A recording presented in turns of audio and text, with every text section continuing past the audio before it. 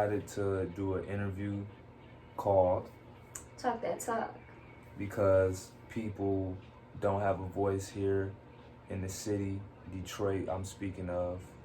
Do people do shit like this in Ann Arbor? Not really. As well. So, with that being said, we're trying to start a trend for you guys, for artists, to finally get themselves a voice until, it could turn into something more major. And this is the first prototype, so here we go. So I'm gonna ask MYNA some questions. She gonna ask me some questions about our artistry, where our inspiration came from things that we wanted to do, from, all our work that's been out and the new work that's coming out. So here we go. My first question is, what made you want to make music? Well, I think I always wanted to make music since I was a kid, but I was always told as a kid that wouldn't be a viable option. So I guess like during my early teens, I was kind of like, it was already understood that I already wasn't gonna pursue that. And then I met a guy named Sam Watson. Shout out to him, the kid. Shout out to Sam. And he heard me during this after-school rehearsal for the singing show I was a part of at my high school. And he heard me up in the booth, and he was like... He was recording in the booth? Nah, he was up in the sound booth, like, with handling the microphone levels and stuff like that. So I was on stage rehearsing, and he was up in the sound booth. Okay. And he heard me, and he was like... And, Sam was kind of known at my school a little bit. He's kind of like a ladies' man, singing to ladies and stuff like that. So I already knew about him as like an R&B singer and stuff. So, after I did my thing on stage, he found me and was like, I need you on a couple tracks. And I had never recorded anything prior. So I have no experience. And I was like, yeah, I'll do it because my heart's telling me I gotta do this, like, as a singer, but I've never, I had no experience. So that's what got you into started making music, but you already wanted to sing. Yeah, and that wasn't even what got me into making music. I just knew I liked singing. I wasn't even thinking about the creating aspect of music at that time. Okay. I didn't even think I was like really capable of that. I wasn't writing music either. Like, I just love to sing. Like, I've been singing since I was a kid, since I was like pretty much born. Which means it was meant for you. Yeah, probably. I guess. You didn't just wake up 20 years old and say, hey, I want to be a singer. Which I'm not, that's still young, but it's just cool to hear you say that, so we know you've been doing this since you were a child. You know what I'm saying? Right. Yeah. And then when I heard myself on the track, I was like, I didn't write the lyrics or nothing, so, and Sam mixed it his own way, and, he had his own way of going about how he wanted things to sound. So I wasn't necessarily, like, happy with how it sounded, but I wasn't knocking it either. So I was like, all right, like, that was cool. I did that. And then that was my sophomore year of high school, towards the end. Also, around that time, I got suspended. What for? For arson. She was a badass, guys. Yeah, She wasn't a goody girl. Nah. To be from Ann Arbor. Right. Tree City, you know what I mean? Because I'm from Detroit, so it's different. We from two different cities. Two different worlds, yeah. Well, sure. Continue. Yeah, it wasn't until my junior year when I met a dude, and I don't know, should I say his name? I don't really care. I'm not gonna say his name. I met a dude. Yeah, don't. If you're not comfortable, don't say it. I met a dude, and he still be rapping and stuff, but he was rapping back then, and I thought he was like one of the coldest I ever met at the time, and so in my head, I came up with this, oh yeah, I'm gonna be his R&B bitch. You know what I mean? That's gonna be my direction. Like, I'm a singer, I'm gonna hop on his tracks. Like, I pretty much manifested it. Like, I was trying to manifest something with that. And he had me on a song called Issues, which some people may or may not know. But when I first heard my voice on that track, I was sold. I was like, whoa, I had no idea my voice could ever sound like that. So that was your first time listening to yourself on a record out of speakers? Yeah, well, you know, like I said, I did that song with Sam, and it was a good record for what it was, but it wasn't like, you know, it wasn't really, I wasn't tapped in, you know. Did you feel that way when you first heard that record? One with Sam. I didn't get that special feeling. You didn't? No. Ah. I just heard myself and I was like, okay, it sounds good. Yeah, he mixed it, you know. There was some auto-tune, you know, whatever. I just was like, all right, it is what it is. But Issues was the first song I was like, whoa. Like, and people would come up to me about that song when he released his album and stuff. People would actually, like, be like, oh, you're that girl on Issues, you know? And I'll be like, yeah. Okay. You know what I mean? At the time, we were, you know, kind of established as, like, a, you know, boyfriend-girlfriend situation. So it was like, oh, you're so-and-so's girl. You know what I mean? You're the girl that can sing. That's, you know, right. associated with him. And I used to be like, yeah. You know what I mean? And during that time period, I was trying to build myself up as an artist because this dude was always freestyling around me. He was always writing around me, always trying to go to the studio. Like, so you had influences around you that was making music. Right, but he was my biggest influence at the time. Respect. So, respect. Yeah, I just wanted to be on his level. In my head, I was just trying to get on his level with things. So I was always trying to write. I was always trying to freestyle, like, but kind of like to myself. And I was kind of trying to explore different worlds. Like, I was kind of getting into drinking at the time, and smoking. So, like, kind of, you know, altering my consciousness in that way, tapping into different moods, different feelings, and just trying to be more real with myself, more raw with myself, you know? Now, like, let me ask you this. What made you start creating your own music? Because it sounded like you were doing a lot of collaborative work. Obviously, because you started off, you know, you didn't know what you were doing, like myself. But what made you start, like, all right, I want to start taking more control and start creating my own music? Well, it started, I think, honestly, when dude dropped his first album, and I seen like the response it was getting, and like how he was kind of like thriving as a musician, like with himself. Like, I just released a body of work, you know, and I was like, wow, I really want to do that myself and see how that turns out. So, like, with my first project, Roy G. Biv, it was just kind of like an art concept. Like, I was like, you know what? I'm going to come up with an album where each song is a color. And how many songs is on that? 7, because there are 7 colors in the rainbow. So I was like... That's still on the internet? Yes. Okay. It's on all streaming platforms. Okay. And, yeah, so, you know, that when I first came up with that concept, I was like, I had no idea, like, what it was going to sound like, what the songs were even going to be about. Word. You know what I mean? I just was like, yeah, this album is going to have 7 colors.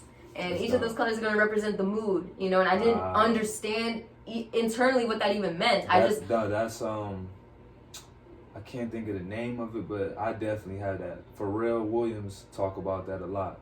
I want to say it's called synesthesia or something like that. Yeah, color synesthesia. Yeah, where we see sounds and colors. Yeah, and I believe I've become way more in tune with that as I've grown older. But I wasn't very tapped in. Yeah, I wasn't tapped into my art side, like, at the time, because I was kind of going through that public school system and my parents and thinking I had to be a certain way. Yeah, like, so I was like, I was sort of like reprogramming myself out of them factory settings, if that makes sense. That's kind of how I felt. You knew you had it, but you didn't know how to unlock it. Right. Yeah, exactly. So, like, that's what the last 4 or 5 years have been, pretty much, is me been like unknotting all the tangles, you know, and like setting it straight with myself, like who I really am, you know, and learning that, you know, and taking that for the journey of what it is.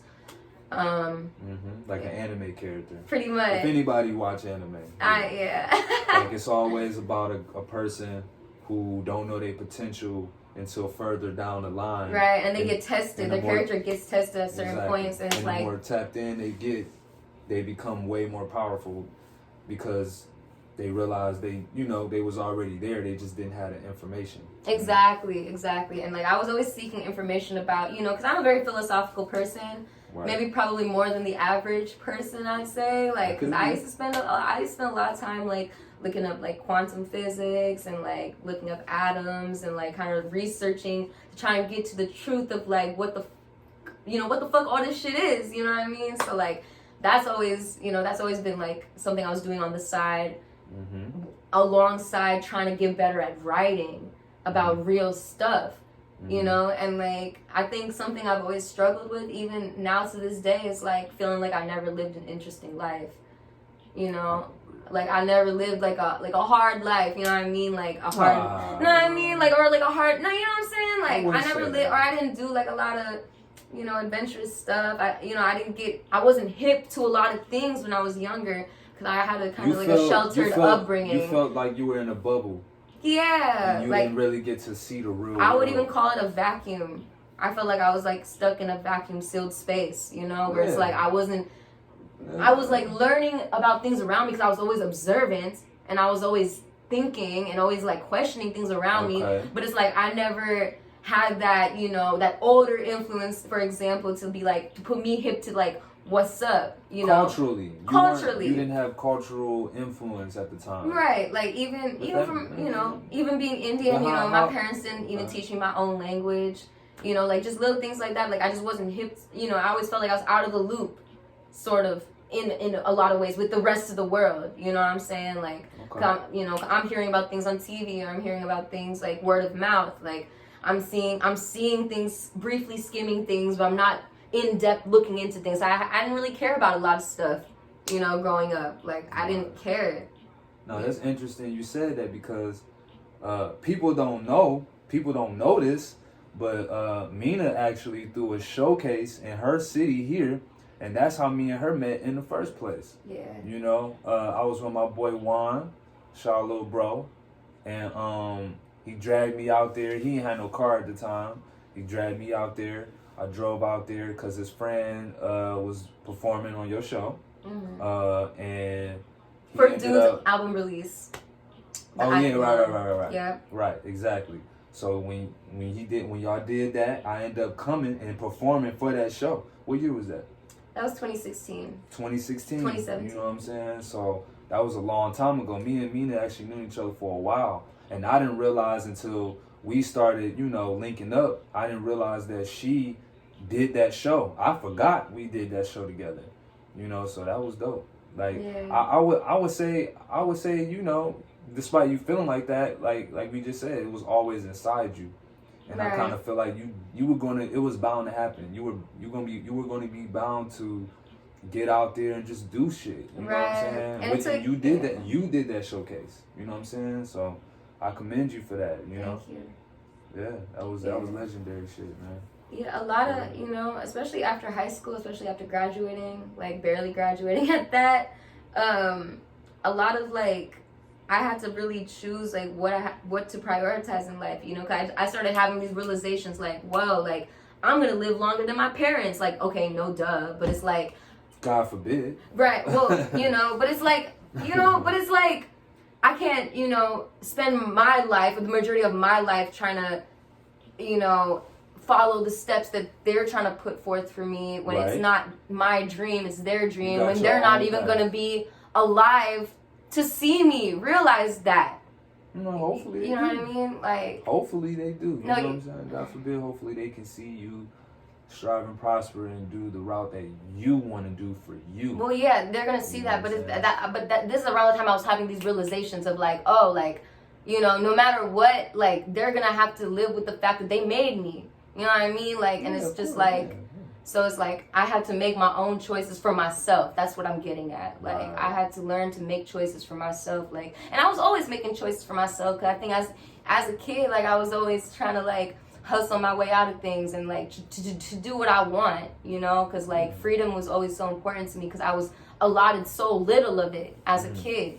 So like any type of freedom was like, I was always looking for that, that sense of like, I could go wherever I want and see, do what I want to do, you know what I mean, without being, you know, having someone over my shoulder, or like telling me I gotta be home a certain time, or I gotta, you know, or that I can't have people, you know, around me, blah blah blah blah blah. Like being young, especially. But with that being said, you know, we had this topic yesterday to tap back into that topic. Shout out CJ, because we do a radio station as well. Another thing we do together. We just started doing that, so we had topics about, you know, certain you know, important things about how we feel about, you know, public schools and whatnot. And I feel like you kind of feel like that. You felt affected by that scenario that's still going on today, where you got parents in public schools who trying to guide the children in a certain route, but really they may supposed to be going this way, you know. And we got to deal with that, and it sucks because, like you said, it's gonna take the kid itself to tap in and realize, wait, I don't want to do what my parents want me to do, or I don't want to do these, I don't want to learn these subjects in school that may not actually help me at all at the you know, once real life kick in, you know what I'm saying? 18 and up, once you get out, that's the real world, you know. You got to figure it out, and it ain't always it's not always college. I'm not gonna say it's never college, but it's not always college, especially artistic kids like us, you know, drawing in class and shit, not worried about fucking math and extra frictions and shit, you know what I'm saying, and science and all that shit. It's kind of bullshit to us versus a person who actually, like Elon Musk or some shit, you know what I'm saying, who actually want to tap in on that shit and really create, you know, scenarios for us futuristically, you know, for space and NASA and shit like that. We not all like that, you know what I'm saying, like, so that's a fact. Yeah.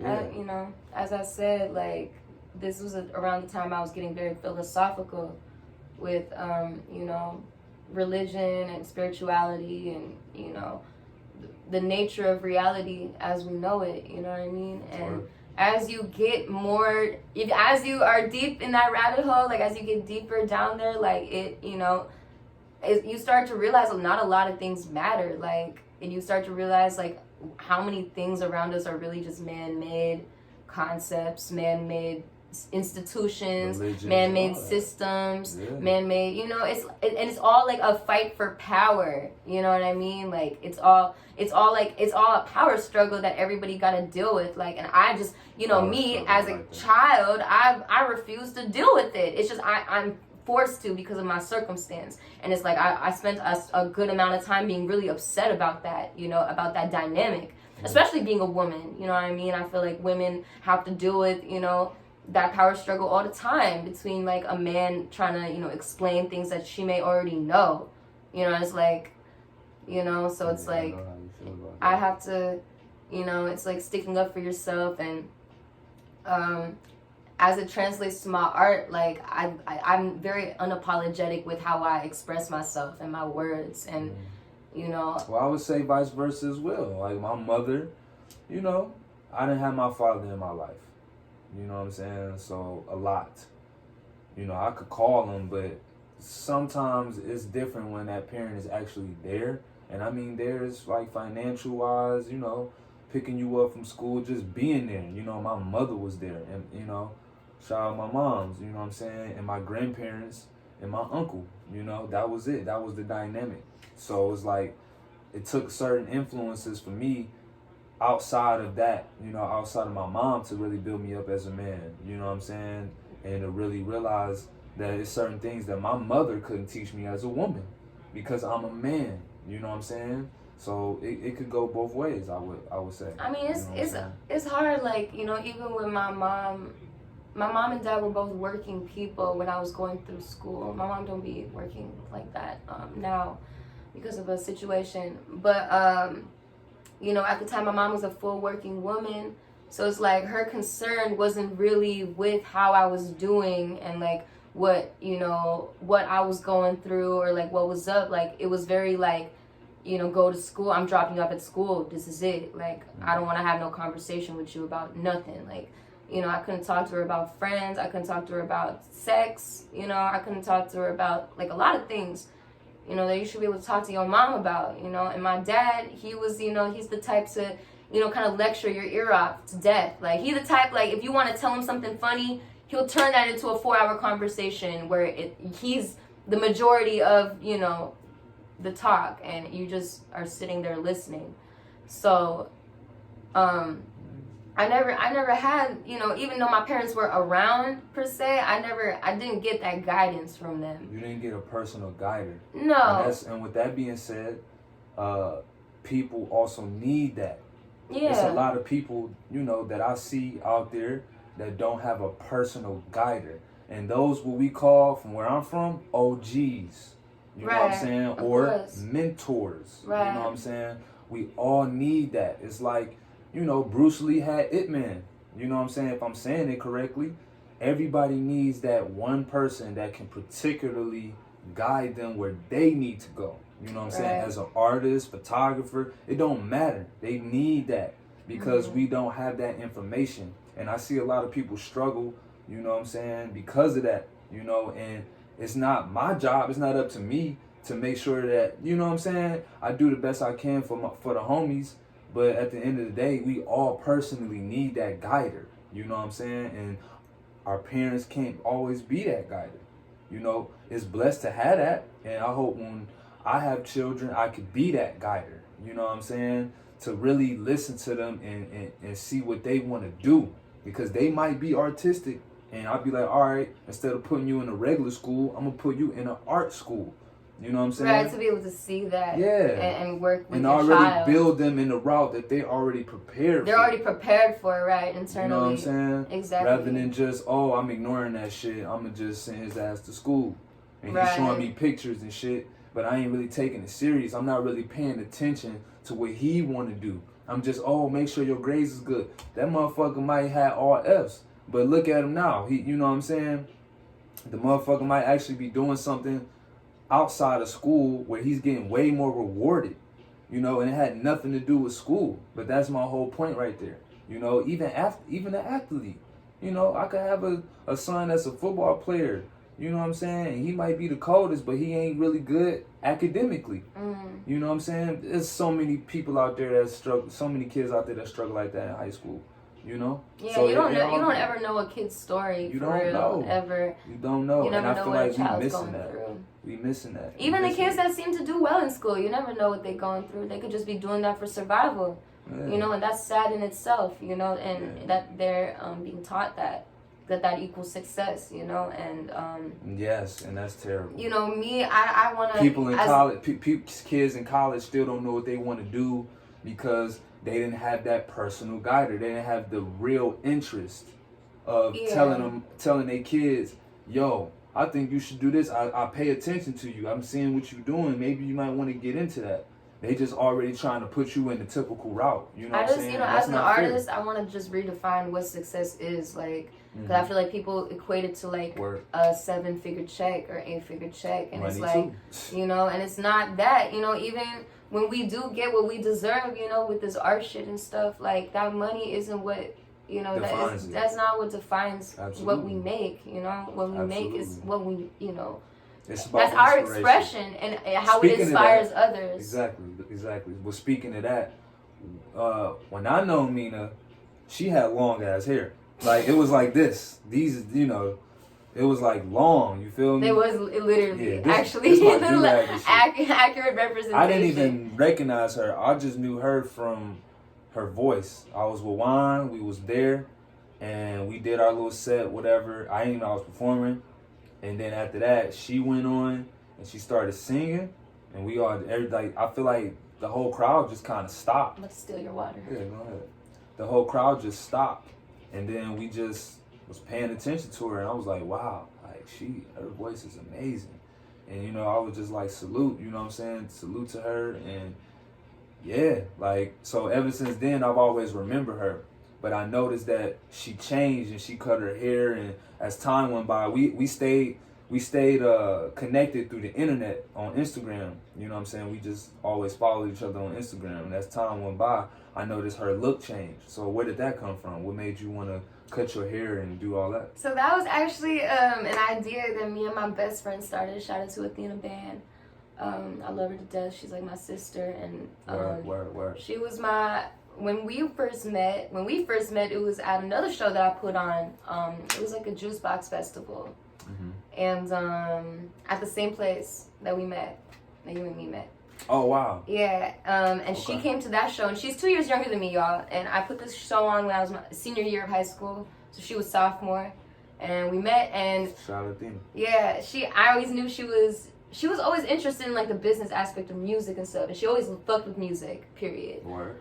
Huge music head, and she joked around with me like, I'm about to be your A&R, and I was like, bet. And I for some reason that always stuck with me. So when Terry Martin reached out to me after I dropped my first single, Lemon Tree, shout out to Terry Martin. Shout out Terry. I had her come to the meeting. I had her come to the first meeting I had with him, where I worked at a restaurant called Fred's, and I was a waitress, and we all just met at like kind of like towards the back of the restaurant, so we had a little meeting. And yeah, it was like our first one, and something about that energy was just on point. And so me and Athena were always locked in since then, where she was just like my personal manager, where she would help me like come up with my moves, and like in terms of like press and like appearance and album releases, and just laying out the dots for me for us to connect as time would go forward. So this was the year, what year was this? It was 2019, 2018, 2019. Either, not too long ago. Before the pandemic, right? And you know, when I had the long hair, she was like, you know, she was the one that brought up the idea of changing my look.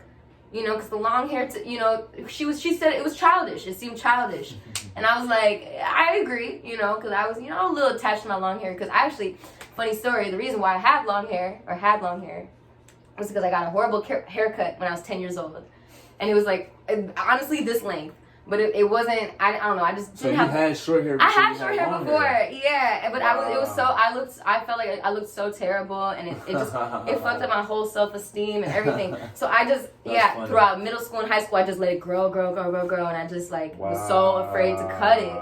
I was so afraid. Like I was like, I don't want to fuck that up again. But she was like telling me like, no, like you gotta do the Nicki Minaj, like the bob, yo, like she looks so good, like you look so good, and I was like, you know what? I'm a little older. My face changed a little bit, you know, like, I'm just going to try it. Fuck it. Like, so we had a hair schedule, actually, because I had prom hair at the time, so I had highlights in my hair, and it was brown, kind of like this brown.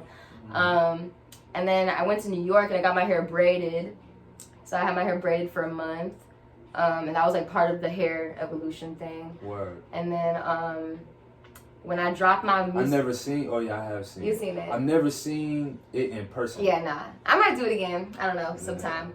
But, that winter, I was filming my music video for Feel. And the day I shot it was the day I was like, you know what? This is the change. This is the seasonal change that we talking about. And we discussed it, like, short hair. Where can they find Feel? On YouTube. And all streaming platforms. Okay. Yeah, but we had decided that earlier that year, like, big chop. For the new year type Big shit. chop. Yeah, and so the time came, and I was like, well, might as well do it for the video. So that's the video where you first cut your hair? Yeah, if you see the video, that's a fresh cut in that video, where it's like, that was the first time ever I had short hair since 10 years old. Word. Yeah, I didn't have the bangs then, but it was just like, you know, the classic. And it was something in your instinct that told you, let's do it. Let's just do it, yeah. Because it was like, I trusted Athena. You know, you don't understand. Like, I really trusted her with my career during this point, like, heavily. And, you know, we were very, like so going back to what we were saying, she was more like a music guide. Yeah, I mean... You know, or you know... No, she was really just a manager. Okay. For what it was. Okay. Like, she really played her role. Like, and it was incredible. Like, our run together was, like... And I feel like... magical. As an artist... Defined us. Like, as a group, defined me as an artist. Like, just being out in Detroit, like... Because she was the one that was like, let's go to the city. You know what I mean? Every day. That's what I'm saying. You had a guider. You had somebody that had enough information to help you out. You know I wouldn't even say a guider. I would call her like a go-getter.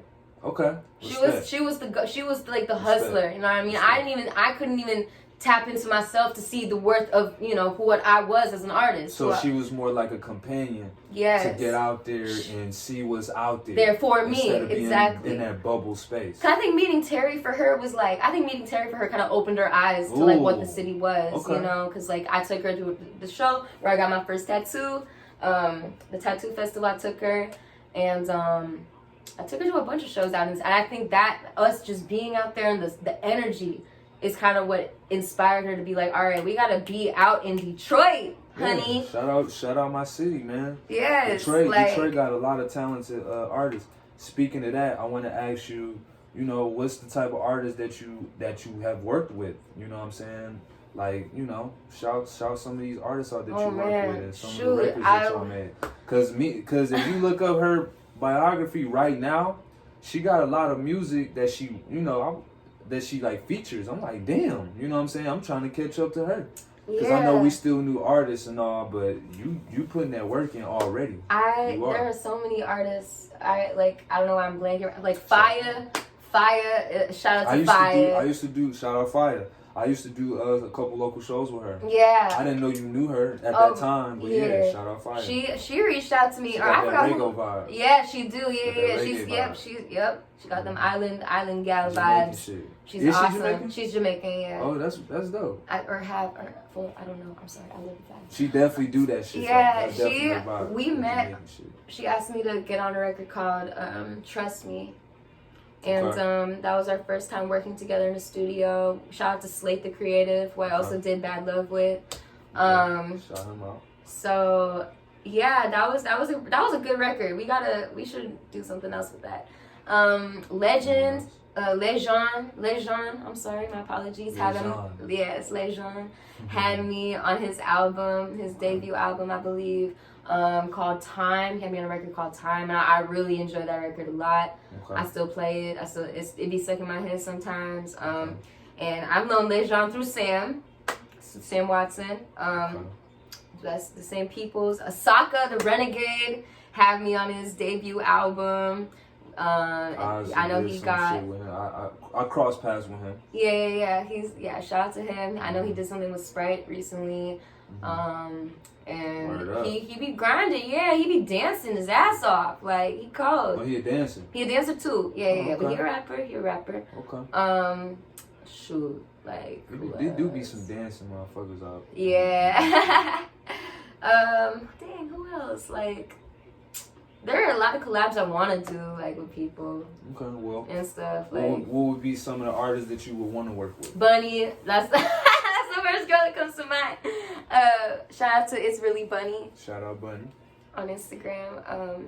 She is, like, the coldest. She's the coldest one out here to me. Like, I think she represents. Now, where is she from? She's from Detroit. Okay.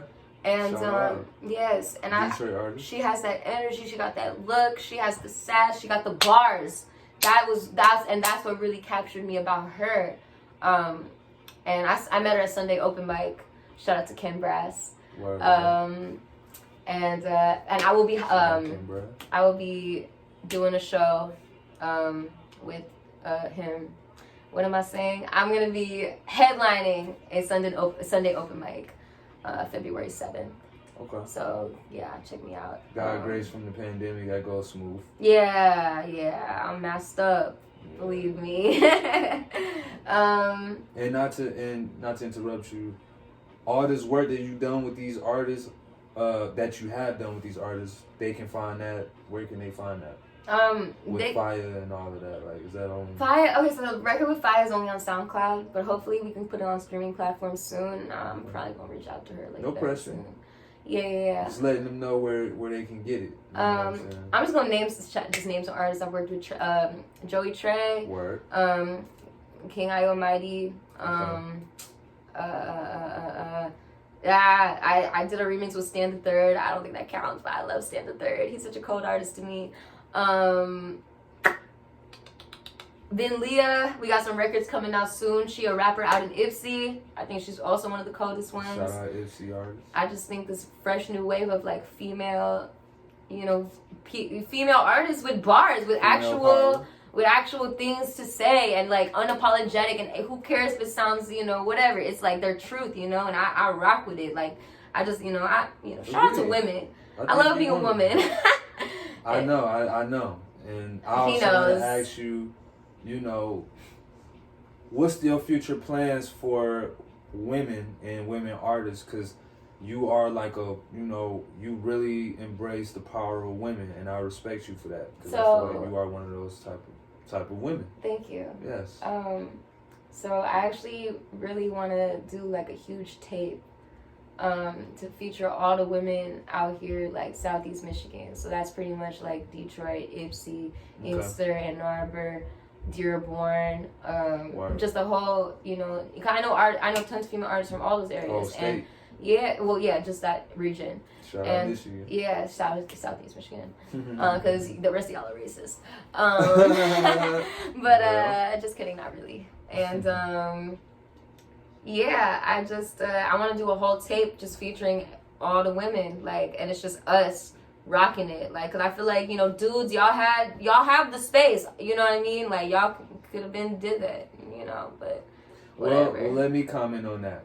As men, sometimes we have a lot of pride and ego, so when we cross paths with each other, I feel like that's what Detroit is missing, and that could be affected by Ann Arbor, and I don't know what area you said was racist, but like I don't know that area. A lot of. I don't know. Anything outside Southeast Michigan. I don't know. Racist. We keeping it real on this shit. Yeah. Ain't no filter. But as far as men go, we got a lot of ego and pride, and when we cross paths, I feel like sometimes we don't do the things that we supposed to do, and I feel like that's why artists in Detroit and anywhere else in Michigan don't really fluctuate out the way it should. I'm not saying that niggas don't collaborate together, nowadays, so to speak, but overall, I just feel like we still, as a whole, as a community, we are not still setting an example. Oh no, of course. Environment. I don't believe bitches. We ain't shit either. I don't think we're setting that example either. Like, I don't think we're doing our part to do our collaborations, because I'll say it, like, a lot of women strike competition against each other, a natural competition. And ain't nothing wrong with friendly competition. There's nothing, but this ain't no friendly competition in Detroit. This is flat out, nigga, I got the ball. If I get the ball, I'm not passing that shit. Yeah. And I feel like that's how a lot of artists feel. So when I'm on the internet, which is another topic I want to talk to you about, I make sure I show love to anybody, anybody that reach out to me. As long as you're not doing too much, and if I got the time, I'm reaching back out immediately, and I give back whatever I'm being, whatever I receive, and vice versa. Because to me, that's just the law of attraction. But I want to ask you, how do you feel about the internet? As far as like just what artistry, just how you feel about it in general. All right. Well, I didn't get access to the internet till I was 10 years old. Okay. My parents were, what's crazy is that I hear that a lot of kids get access to that shit way earlier. Yeah. And so I'm like, especially now. To me, 2020s and shit. Yeah, like, fuck yeah. But I hopped on when I first got access to the internet, and and I had a Gmail. And of course that was like my first outlet to whatever, and Gmail had a program called Buzz, which was like their version of Twitter, and they shut it down after a couple years, but when they started with that, I was all on that. Like, I was posting all the time, every day. I stayed on Buzz. I was like an internet head. Like, I never heard about Buzz. Yeah. You was on this shit early. Very early, yeah. And a lot of my my classmates or whatever, they was also on it. So it was like the first social media that we was all really on, even before Facebook and stuff. And I loved it. Like, I loved being able to express myself. Like, I don't even think I was like thinking, like, if I look back at my old posts, like, I would cringe. Like, I was probably posting some stupid shit. But I was just like a buzzer. Like, I was just like, anything I thought, I just wanted to express it. Like, da-da-da. Like, so that was like my first introduction to the internet. And then Facebook, of course, which is a continuation of that, just like making posts and like just like expressing myself. But I think at a certain point, like, especially when Instagram started coming into play and becoming a more influential entity, like, I had an Instagram also before it was popular. I had it just to use the filters for my Facebook profile pics. And when people started hopping on, like 2012, 2013 or whatever, that's when image started becoming like a factor of like, oh, you have to look good on the internet. You can't just thought explode. You know what I mean? No more. It's like you kind of have to carry yourself a certain way to be, respected a certain way. Like, especially like, you're on social media and then you're in school. So it's like that dynamic kind of, I don't know. I enjoyed it. It was natural to me. I felt like I just grew up with it. That's very in a way, like it was never like a weird like, oh, this is like internet shit. Like I grew up with that, it was like a natural part of me, like right, expressing myself on the internet. So it's like, and like a generation, I'm low key. So I thought I was a millennial, but I guess I'm Gen Z, technically, which is like 1999, 2003 kids, right, or well, 96, 2003 kids. That kind of, I don't know what you call it. That bundle. How old are you? I'm 21. And what year were you born? 1999. Yeah, so you basically from after that, the early 2000s. Yeah. I'm a 90s baby. Right. You know what I'm saying? So when I grew up, I actually did flourish out a little bit with the 90s. I got a piece of, the 90s life, beepers and all that shit. Also, this interview not always gonna be about me. We're gonna switch over to him in a sec. Word. Cause I am asking her a lot of questions, but I just feel like a lot of people don't know her as much as she should. So, Yeah. But with that being said, the 90s is definitely a certain time, a zeitgeist. Look that word up. It's definitely a zeitgeist in this time. Like you might not use that word proper, but that's okay. I didn't. How you say it? It's not perfect. It's okay. You interviewing it. Yeah, it's not. Wrong. I don't care. How do you say it? I think it's the zeitgeist of that. You have to describe it like the zeitgeist of something was this. You know what I mean? So the zeitgeist of the 90s was what? Carefree, playful, nostalgic. Okay, well the zeitgeist of the 90s was definitely nostalgic. And it definitely wasn't about, the internet didn't even exist overall until like the early 2000s. So me, I wasn't never really into it until maybe like MySpace. You know what I'm saying? That's when I really started tapping in. And like LimeWire and shit like that, where niggas was downloading illegal music. I was there for LimeWire. I was aware of LimeWire and stuff. I had a friend that that's how we listened to music and stuff. Yeah, that's interesting. But no, that is interesting. Yeah. How was it like? How was that like? Kind of like being an in-betweener. It feels like. It always felt like the young big brother. Where it's like I'm still young, but I'm also older. You know what I'm saying? I'm 28. You know what I'm saying? A lot of people always think that I'm, a certain age because of what I look like, but it do feel like that. Like I'm still young, but I'm older. You know what I'm saying? So my influence was completely different. I actually did shoot the ducks with the Nintendo gun. Like there was a Nintendo gun where you could shoot fucking ducks. Yeah, that's you know what I'm saying? Like I actually played those games and stuff like that. But like I was still a kid, so I was definitely around that, and it definitely influenced, it definitely rubbed off on me, and I'm definitely grateful to be a 90s baby. And not taking away from y'all, but a lot of people would kind of denounce y'all, but that's because, it was a different time, and the internet, you know what I'm saying, it definitely flourished out in a totally different way in society where it's definitely not the same as it was in the 90s, But yeah, with that being said, the internet to me, you know what I'm saying, I kind of feel like it's good and bad, but as far as the children right now, like we of age, you know what I'm saying, but as far as like, 13, 10, 13, 12 and all that type of age, I feel like that shit is scary to me as far as influence, because a lot of motherfuckers be on there, and it's so much stuff that can be exposed to the children. Yeah, that's true. And I feel like that's making them move faster. Yeah, it's like their brains are kind of growing faster, low key, because they have access to so much more information than we did when we was kids. Yeah, but I'm talking about as far as like Instagram and shit like that, where that's what I'm talking about. Chicks is on the internet shaking ass, twerking. You know what I'm saying? They're exposed to way more stuff than we were when we was kids. Right. To me, that is not healthy. You know, like I used to be a young nigga with my cousin, and we be on fucking like HBO late nights and shit. They had like porns and shit like that, and we was just like, you know, like fucking kids trying to be curious about that. You know, eventually you get curious about sex and whatnot. You know, so it's like, yeah. But now I feel like it's right there for their ass. And for me, like I said, I was growing up playing video games, man.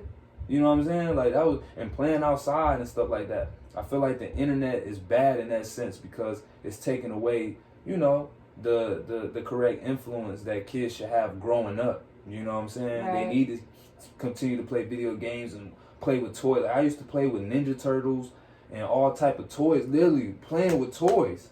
You know what I'm saying? Kids probably don't do that. I don't know, but I hope they do. Because to me, that shit is mind-boggling. It's like, damn. Because my uncle, we got a niece, like a step-niece, I would say. And she be on her phone, you know what I'm saying? On them applications, you know what I'm saying? And I'm sure there's games on the phone and whatnot, which is awesome or whatever. But like, nah, it ain't the same like it should be, you know? So I just feel like I'm worried in that sense, you know what I'm saying? And as far as people our age, you know, with the internet, I kind of feel like a lot of us make a fool out of ourselves. And we need to sit the fuck down and chill out and think about the shit that we posting before we post it. You need to come correct. You know, like you said, it's about, you know, presentation and, you know, looking a certain way. But staying authentic. But and true to yourself. It's about staying true to yourself as well. Some people, you know, I would say, I'm going to just say me. You know what I'm saying? For example, I get a lot of compliments on my page because I present myself the way I see myself. And I come correct. I don't do too much or do too little. You know what I'm saying? I do the best I can for what I have, you know? And I don't want to expose anything like flashing money. Like, I got money, you know what I'm saying? But I'm not flashing my money on the internet. You know what I'm saying? Because them little kids gonna see that and think that shit is cool. And it's not cool at all. That shit ain't cool. You know what I'm saying? It's not what you do, it's how you do it. You know what I'm saying? So I'm not saying that shit whack or nothing, but it gets very milked. You know what I'm saying? Especially coming from artists, you know what I'm saying? So I don't condone that necessarily. I don't. You know what I'm saying? Even people like Jay-Z said, you hold money to your ear. That ain't what we call money. You know what I'm saying? Like, that shit really not cool because people do it so much. Or females exposing their bodies and whatnot. That's why I respect artists like you, because you leave a little to the imagination. You don't do too much and just give them ass and titties. You feel me? Like, you know how to present yourself. You got class, you know what I'm saying? But at the same time, you know that you're an attractive woman and you gonna expose just enough, you know, to show, look, I'm a sexy chick. But I ain't out here just shaking ass. Shout out to the women that shake ass. We love you. You know what I'm saying? And I know you feel some type of way about that, but it's cool. It's your choice, you know? We had this debate a lot. It's your choice, and it's your body, it's your expression, and if dudes are gawking at it, it's because you playing off their natural instinct, and good for you, honey. Yeah, good for you. Yeah. That's it. Yeah. It's on them for looking. And that's a debate. And for giving you money for it. But look, that's a debate I would like. That's why we doing this, because I want her to, for people to see, this is the debate that we always have. It's like a never-ending debate. Forever. But I respect her for how she feel about her women. But me, I don't condone that shit. I feel like sometimes women need to learn how to do that. I'm not saying like Rihanna just posted some shit, right? That was perfect. Of course it was perfect. That was perfect. You see how she rolling her eyes at me? That was perfect. Like, I feel like when she did that, you know, she shaked a little ass, you know what I'm saying? That was sexy. But so if you do it a certain way, women, it's not acceptable. I mean, with that being said, she didn't overexpose her pussy. She ain't popping her pussy in front of the camera. She gave a little twerk, boom, that was it. Rihanna, to me, know exactly what I'm talking about. She had on her lingerie, that's her shit, and she did it the way she did it. You feel me? She wasn't like just, man, I follow chicks right now that got posed and just be like, just looking, they making themselves look stupid. Why you follow them? What you mean? You just say you follow. I mean, I used to. I mean, I don't know if I follow them now, but I'm saying there's definitely chicks that I can see scrolling in my timeline that's doing the most. That's what I'm trying to say. You know what I'm saying? But even you still following them is still giving them that attention. But I'm not liking it. I'm scrolling right past that shit. Flat out. And if they do something that I feel is appropriate, you know what I'm saying? Not trying to sound, you know, like a dad or no shit like that. When chicks flaunt their bodies a certain type of way where you know they ain't doing too much, I respect that. She attractive, like a model. She flying her body a certain way. She showing her tits. You know what I'm saying? All that type of shit. But when you know the difference between a chick that's thirsty and a chick that ain't trying to do all that, she just, you know what I'm saying? So why are you worried about a herself. chick that's thirsty? Like, maybe she wants to do that. Like, that's her choice. Why is that? I mean, you, like I said, you feel if you feel your way about. I'm asking you a question. Like, okay, what's the question? I'm asking you, like, what is wrong with a woman I feel like choosing you just to feel do like that? no, I feel like you just feel like you feel like I'm denoting women or something like that. I'm not. I'm just saying you have a certain standard, and that's your standard, and that's good for you. That's good for you. But I've seen that doesn't reflect on how all women should behave because it don't match your image of what a classy woman should look like. But I could for sure find a chick that you would be like, all right, she doing too much. For sure, you'd be like, she doing too much. But I can't sit here and be like, all right, like I literally just said Rihanna is a perfect example of how you should do it. That recent post that she did with her lingerie, what is it called? Savage Fenty. Yeah, that's perfect. I feel like that's a perfect example. Like that's how you should expose your sexuality as a woman. Look, we're gonna switch over to Mr. Kevin Bailey. I want to ask him questions. What's up? About his artistry and your journey. Okay. Okay, so just how did you start? As a child, like you know what I'm saying?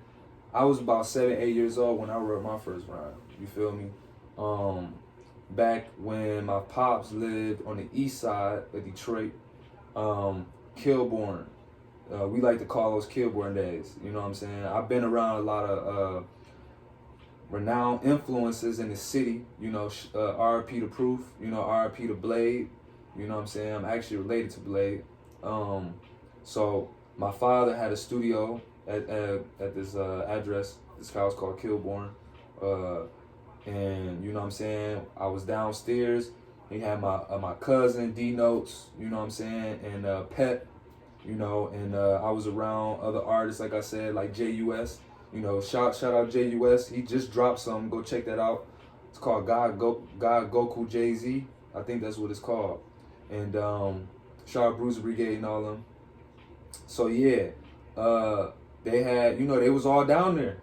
Smoking weed, doing all that shit that we kind of do now, you know what I'm saying? Right. But like we talking about Detroit, grungy, you know what I'm saying? Like the embodiment of Detroit artists. You know, back then, you wasn't even fucking probably 10 yet. You feel me? Like, I was around that shit, you know? So I definitely feel like that played a big part on my artistry, you know, and my influence, you know what I'm saying? So I wrote my first rhyme around then, and I hopped in that booth, man, and I just went. And like, you know, a lot of artists. How old was you? How old was I? I was like 7, 8 years old. Dang. Yeah, I still got the song. It's called Stop Hating on Me. You feel me? My cousin still got that song. And yeah, man, I cut in there and I just laid that shit, and niggas was blown away because, like I was about to say, you know, like artists, they do they takes and shit. Take them a little while. You be like, damn, nigga, when you gonna get the verse done? Nigga, I walked in there 7, 8 years old. Cut that shit.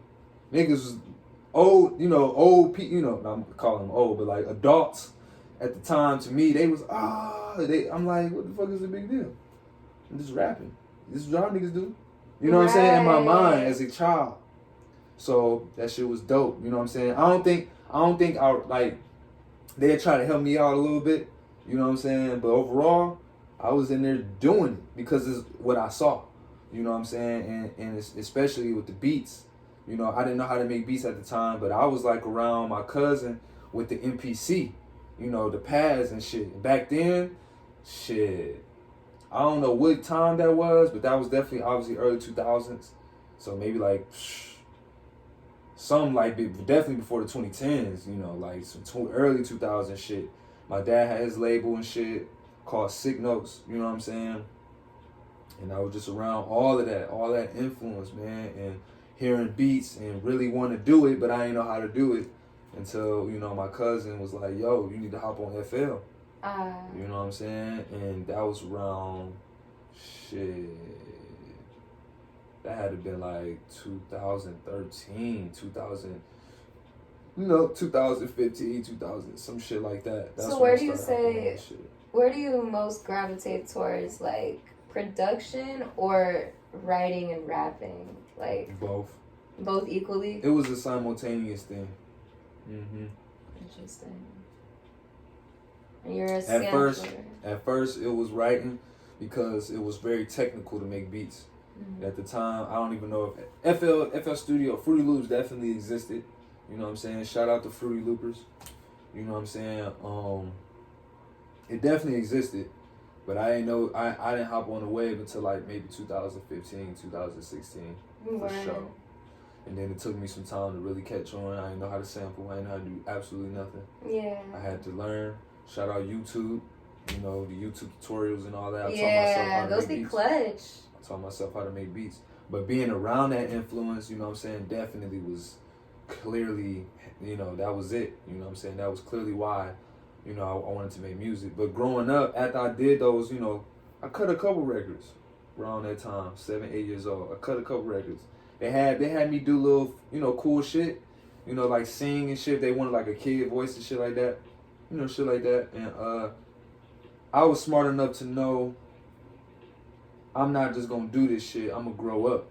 Yeah. And see. Yeah. And I feel like the start of influence that made me want to make music was Wiz Khalifa. Oh, so it's funny. It's classic. It's funny that that's classic. We were just in a session, with Dion, Mr. 7 Mile. He was telling me my new record coming out soon. Kind of reminded him of like Wiz Khalifa. Don't know where he get that from, but it's like, damn, that's kind of cool. Nah, I could dig it. Yeah, I could dig it. Yeah. So Wiz, fast forward 17, 18 in high school. That's when Wiz first came out. You know what I'm saying? And he had the camo shorts with the glasses and the chucks. That was cool to us. You know what I'm saying? And me and a couple of my homies in Farmington. I went to Farmington High after I transitioned from Detroit Public Schools. My mom moved me out to the burbs. How was that? Was that different? Absolutely. It was cool to see different sides. Cool to see both sides of things and see different perspectives of, how people live. And, it's definitely different, but it didn't change me at all. I still feel like I was going to be, I guess, the same person that I am. If I had to choose, I would still choose Detroit because that's where I'm born and raised, and I've been around that, east side, west side. I was born on the west side, though. Shout out to the west. 7 Mile Telegraph. But I do appreciate the suburbs as well. Just because it was kind of different, just to see. But definitely, I love the city, man. And I like the suburbs because it keep you out of trouble. I feel like that's why my mother, she moved me out to that, direction. She didn't want me to grow up and be around all that influence and, gun violence and gang violence and all that shit. And even then, I kind of got into that shit anyway. Being in the burbs, fucking with like Southfield kids and shit like that. True black niggas know. Black kids know what that shit like still being in Southfield. Like Southfield kind of like, that shit, it can get a little, But overall, Southfield to me is like what they trying to be. It's kind of like a, like a black suburb situation to me. Where it's like we trying to have class, we trying to have money. But at the end of the day, shit can still be what it is. That's just how it is. So thank God I didn't get into it deep. Like, cause them niggas had guns. Like guns was pulled out on them. We got into fights and shit like that. I could have went to jail and all that type of shit. But I always happen to be out of those certain moments that happen.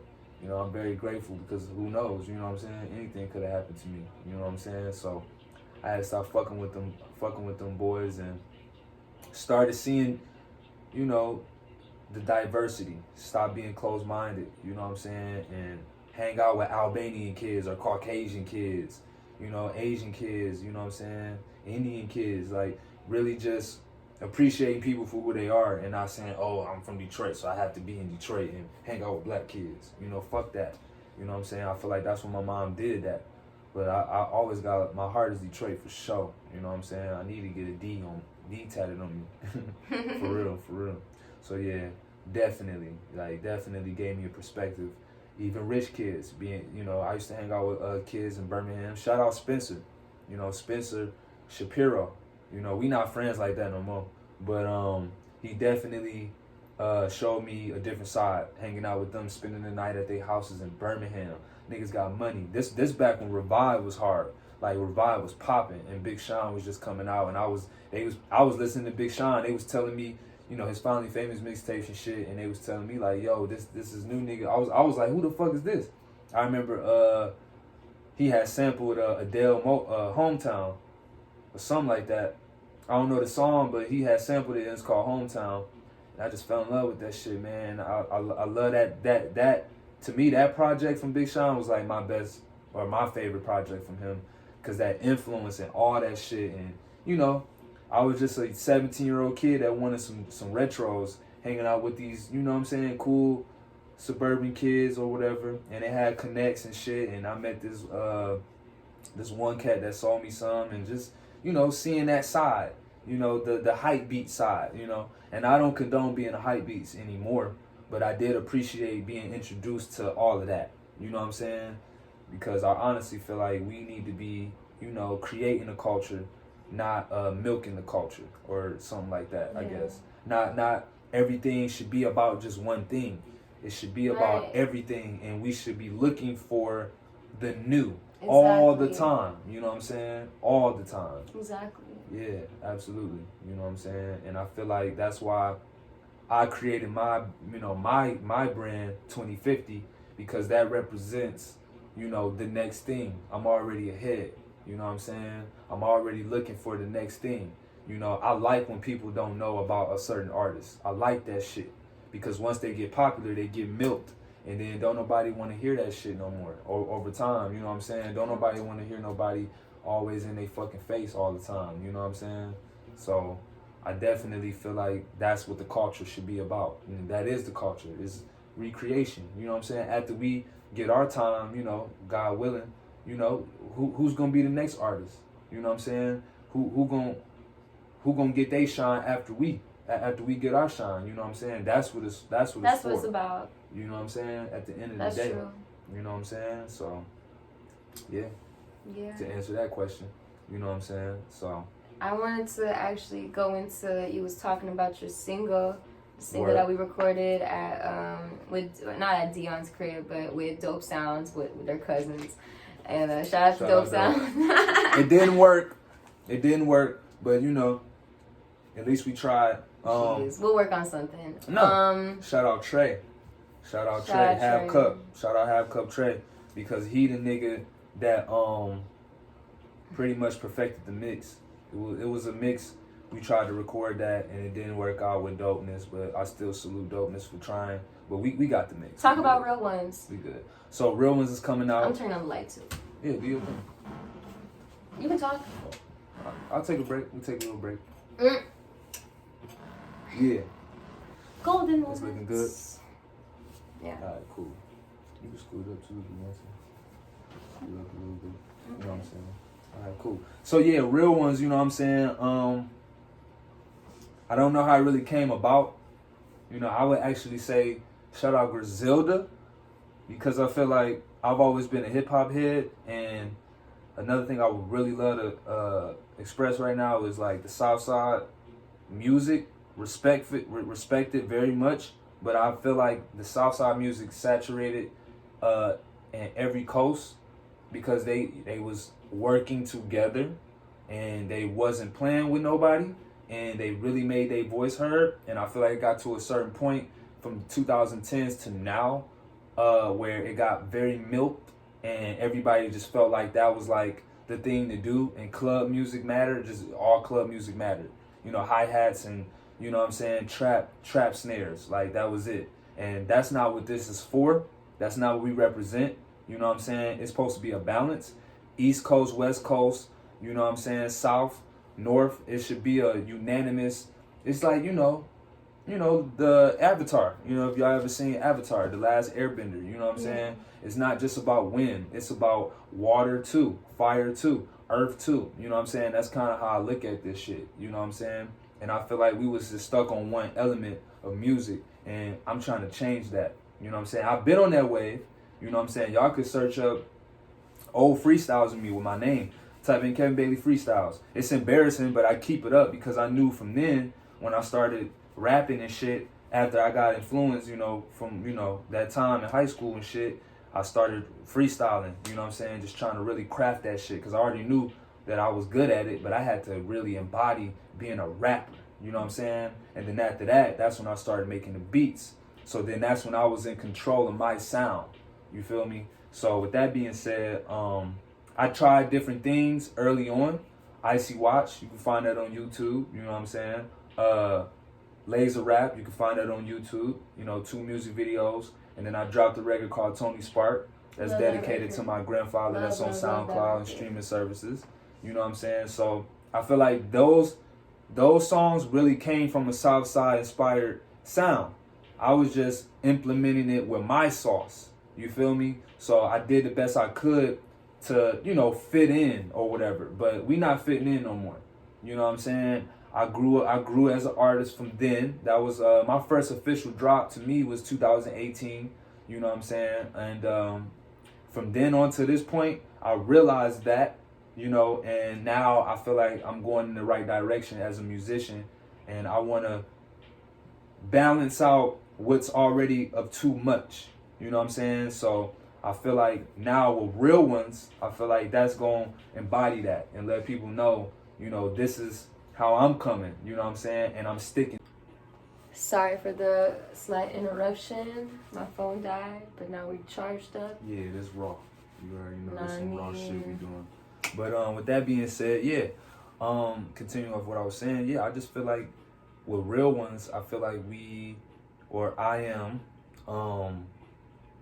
redefining myself as an artist, really finding my niche, and not trying to follow trend no more, and shout out Trey, man.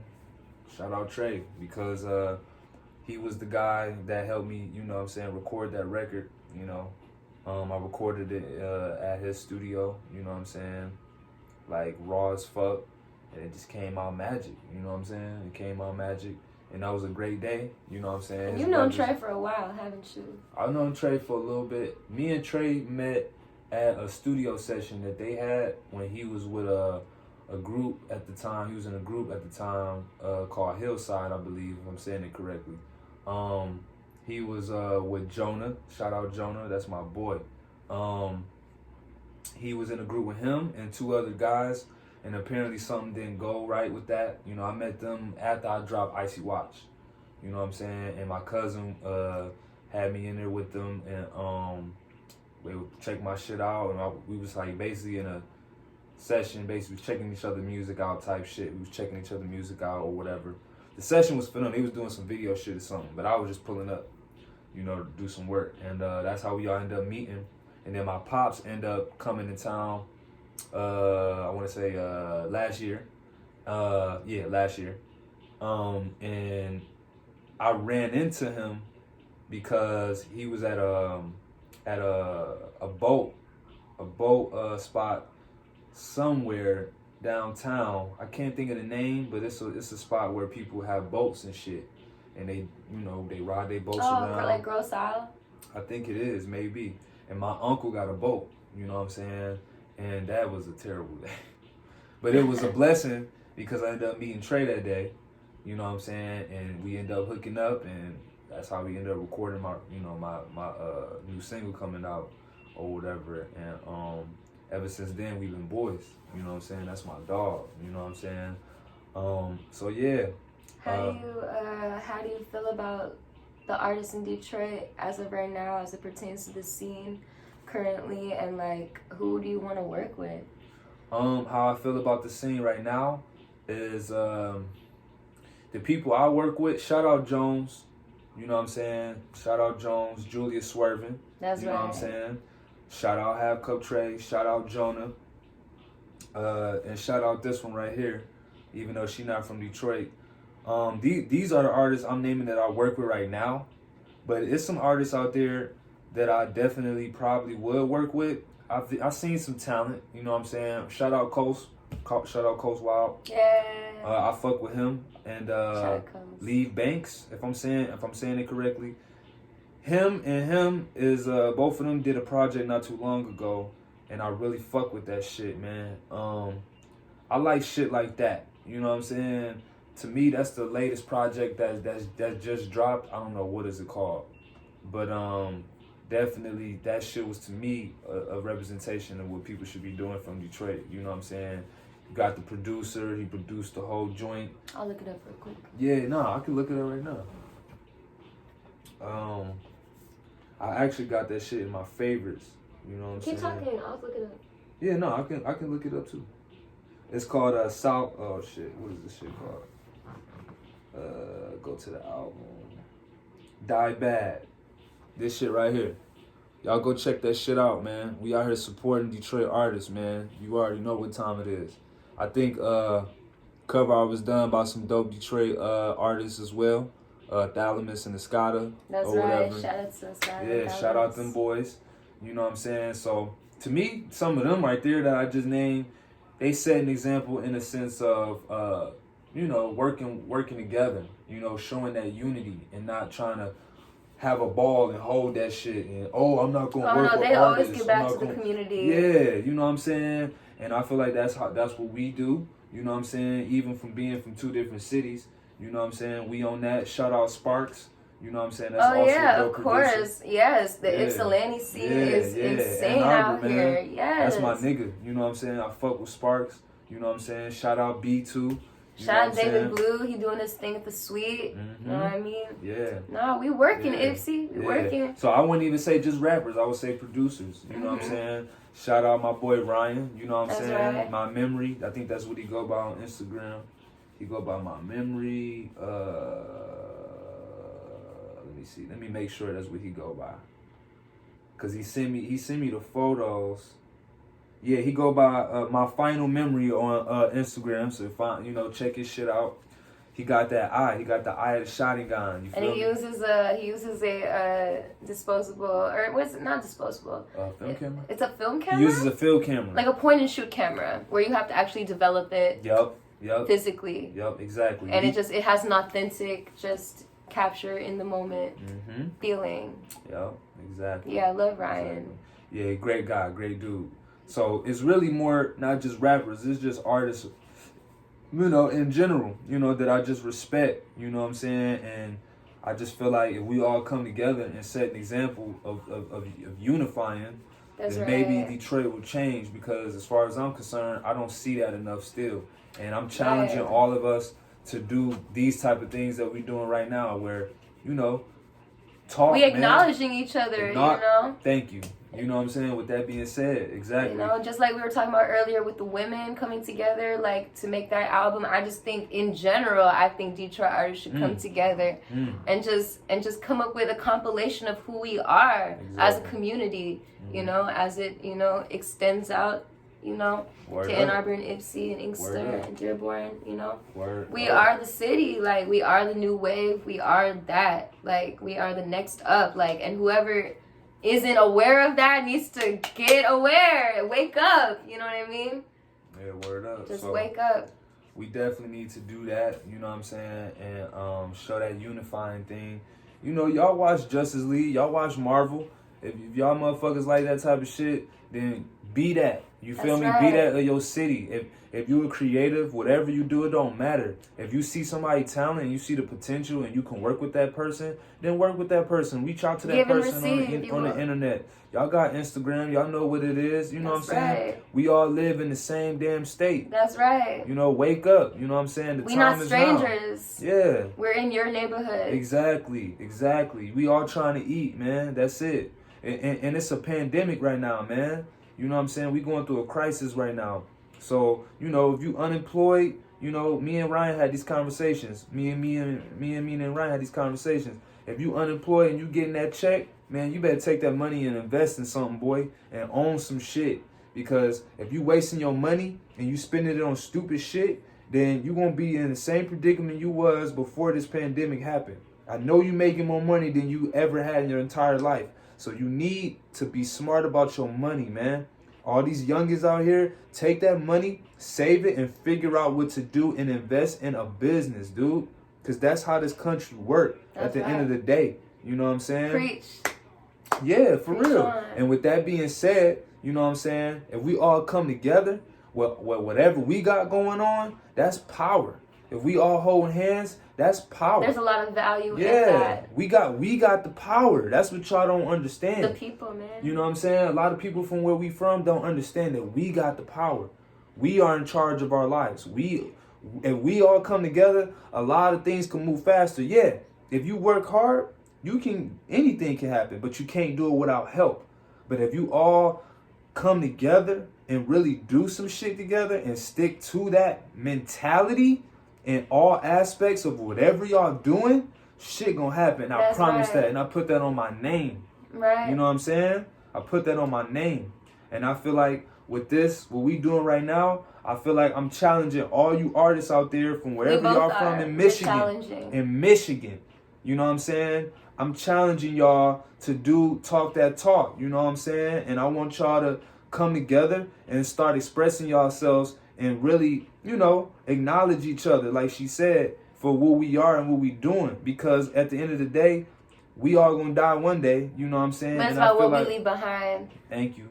So it's like, with that being said, we need to give our flowers. Then you know the saying, give our flowers now. That's you know what I'm saying? And let's start coming together and working together. And you know what I'm saying? No ego, none of that weird awkward social shit. None of that, I get on and then I go to a different state and we don't hear from you. No. That shit weak. That shit that is attached to your character. Yeah, exactly. From us. Exactly. You need to come back home. You always got to come back home. So no matter how successful we get to this day, to this very second, we gonna always come back home because we know where we started. You know what I'm saying? And that's what this shit is about.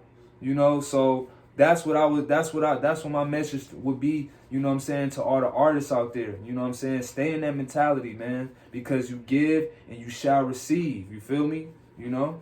And further from that, you said something else. You said something else. I don't know if you probably remember. Okay. It was probably important. I wanted to kind of wanted you to dive into your album, the one that you plan on releasing, that Real Ones will be a part of. Okay. Which is actually a public announcement. You know, I will be dropping a project. You know what I'm saying? I'm not gonna call it. I'm not gonna give it a name or tell y'all the name or nothing like that. But I'm definitely gonna be dropping a project very soon. 7-track EP. You know what I'm saying? I've been working on. So once that come together, I can't wait to announce that and really start pushing that. So Real Ones will be the inception of that. You know what I'm saying? It will most likely be a single off that project. You know what I'm saying? But for now, we gonna feed them this single and this music video that's dropping in February. Shout out Xerox. Shout out Xerox. That's the man. He's done every video that I have done since I started publicly, officially as a professional artist. And also, he's done a lot of people from the city's videos. Yeah, he be out here working. He be out here, and y'all need to mess with that boy. Mm-hmm. You know what I'm saying? He gonna charge you a little something, but you know he's worth it. He is worth it, and he worked for it. That's you know what I'm saying? And sometimes he do discounts. You know what I'm saying? I actually got a fair discount for Laser Rap. You know what I'm saying? I only spent like $300, $300. You feel me? So with that being said, you know what I'm saying? Probably cheaper than that. But don't say that. You never know. I can't remember. I don't remember. That definitely was cheap. It's probably gonna be higher than that, y'all, but it's okay because it's worth the price, okay? And if he messes with you as an artist, he gonna support you all the way. But see, this is one thing I want y'all to understand. We gonna go back to MYNA real quick. She has worked with 3 different videographers within the last year. You know what I'm saying? Up until this point. Tell her what's the four videographers. What's the names of the songs? Man, so shout out to Shawnee Marie. She shot the video for Revelations. Okay. Shout out to Daybreak or Day. She shot she helped me shoot the video for The People. Okay. And I had some hand in the editing process. So that was a really dope experience. Shout out to Zai or Skylar, who shot Ready or Not. Man, he came to me with the 6 arms and just with the storyboard laid out for me and was like, what do you think? And I was like, I'm not thinking, we just doing, you know? And that it's one of my favorite videos. Word. Shout out to Ryan.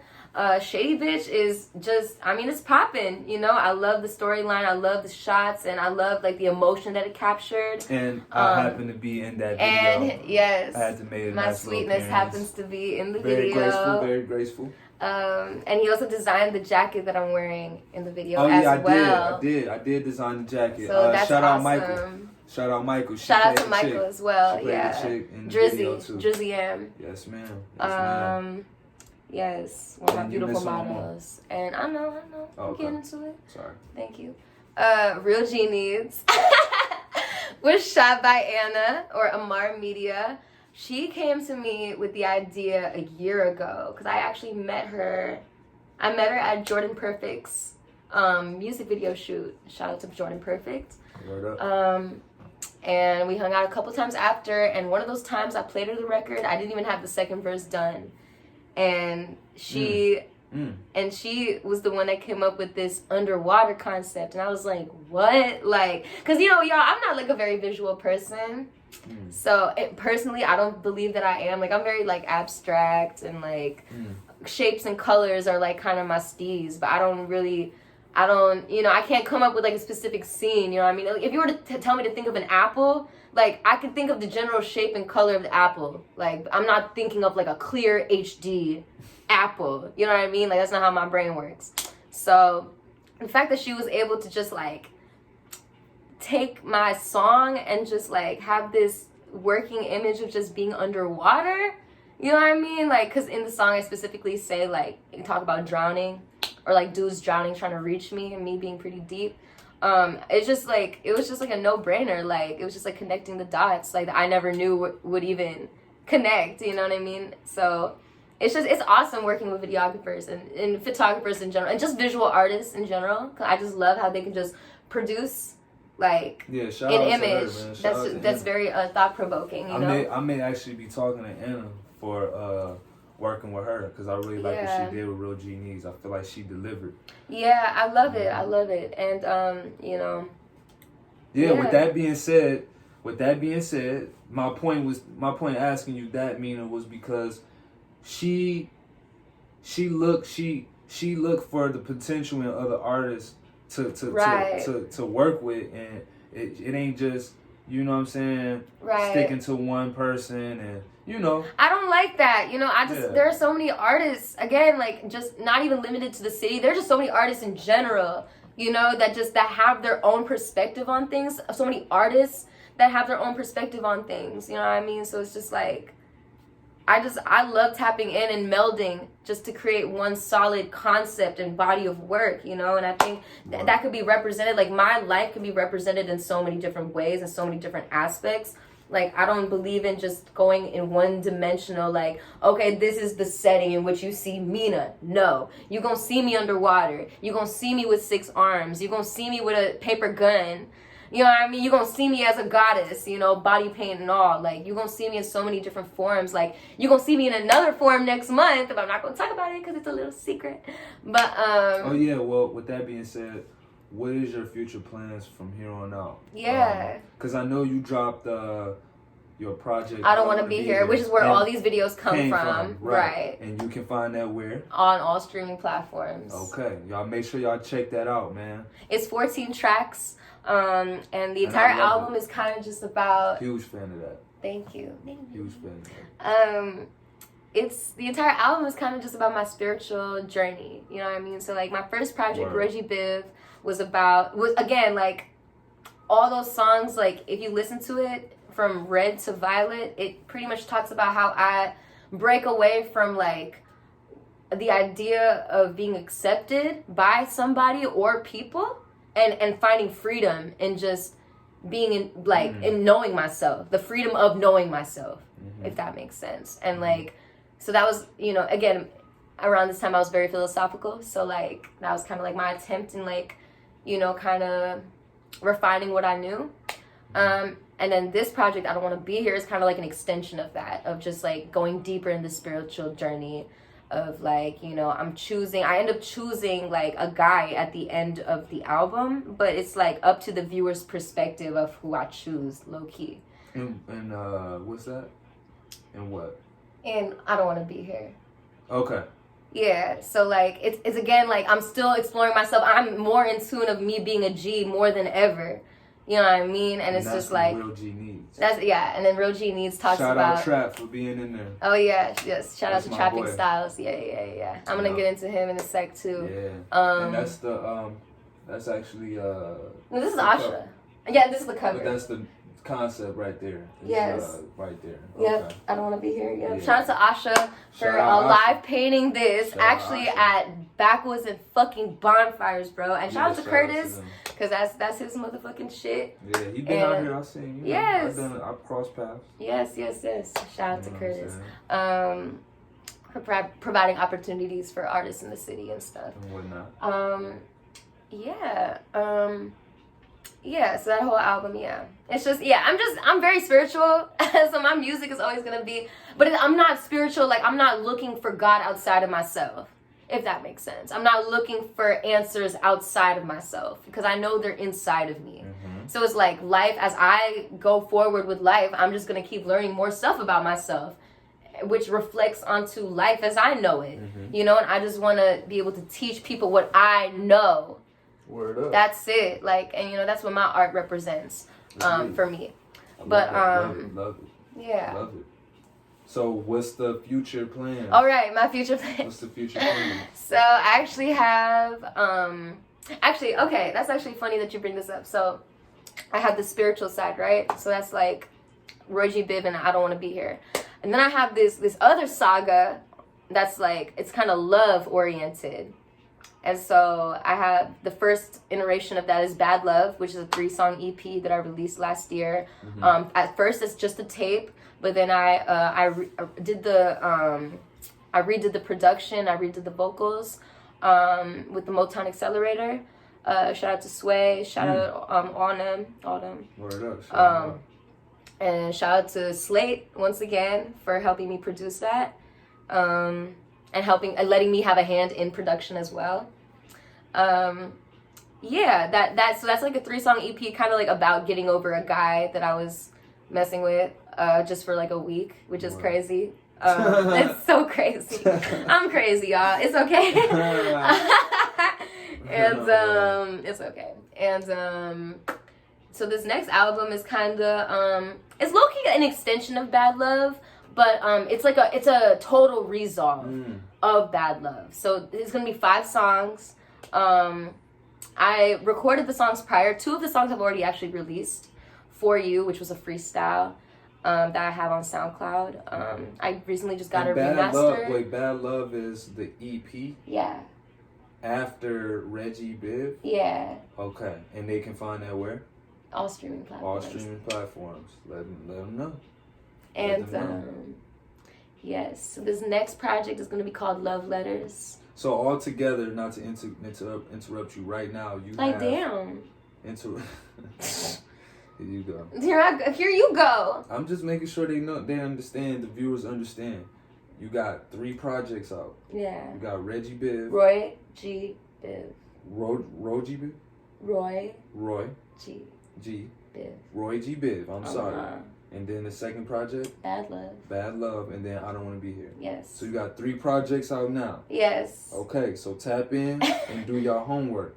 You know what I'm saying? No, yeah, I'm pretty now deep in this shit, y'all. Tell them what the new stuff is. So now my new project, my new EP, I wouldn't even call it a project because, y'all, I recorded these songs low-key like a long time ago.